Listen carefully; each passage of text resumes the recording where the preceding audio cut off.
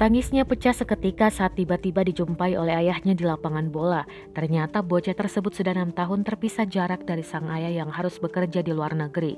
Momen pertemuan haru antara ayah dan putranya yang direkam dalam video tersebut awalnya diunggah oleh akun @bonggan bisa di TikTok pada Jumat 3 September 2021. Sejak diunggah, hingga saat ini videonya telah ditonton lebih dari 7 juta tayangan di TikTok dan dibagikan ulang secara luas di media sosial.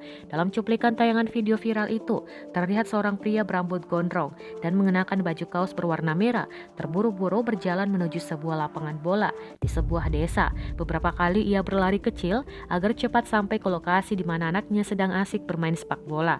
Langkahnya semakin cepat saat hampir mendekati lapangan. Setibanya di lapangan, pria itu pun langsung masuk dan ikut bermain sejenak dengan menendang bola ke arah gawang yang dijaga oleh bocah tersebut.